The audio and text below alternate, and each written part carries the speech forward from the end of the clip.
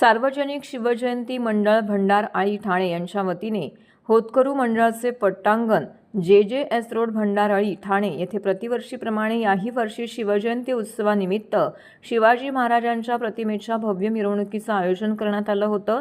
या मिरवणुकीमध्ये पारंपरिक वेशभूषा, चित्ररथ, ढोल, झांज पथक, दांडपट्टा खेळ अशा इतर ऐतिहासिक खेळांचं प्रात्यक्षिक सादर करण्यात आली।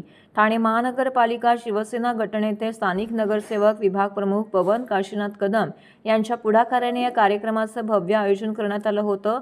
यावेळी माजी उपमहापौर, माजी नगरसेविका पल्लवी पवन कदम, सार्वजनिक शिवजयंती मंडळाचे अध्यक्ष व SEO सुशांत उतेकर, शाखा प्रमुख वैभव ठाकूर यांचे व इतर सहकाऱ्यांचेही विशेष सहकार्य लाभलं।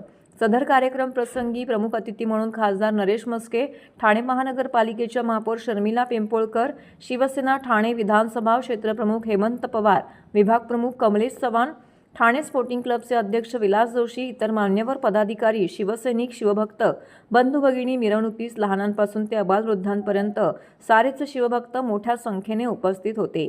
यावेळी नगरसेवक गटनेते पवन कदम यांनी सगळ्यांचे आभार मानले आणि प्रसार माध्यमांशी बोलताना या उत्सवाविषयीची अधिक माहिती दिली आहे। काय सांगा, सालाबादप्रमाणे शिवजयंती उत्सव साजरा करतात मोठ्या प्रमाणात शिवजयंती उत्सव काय सांगा?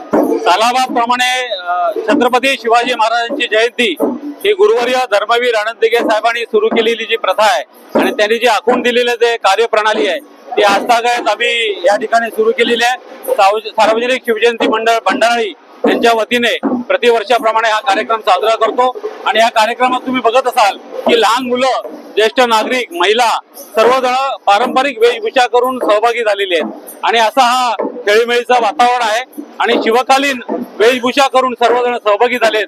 तुम्हाला या ठिकाणी सर्व फील जो आहे तो शिवकालीन दिसेल।